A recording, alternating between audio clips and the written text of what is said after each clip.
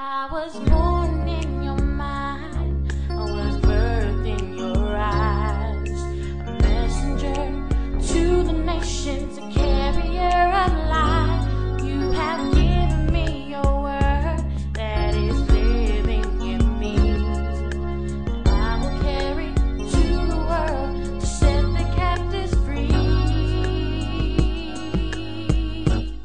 So let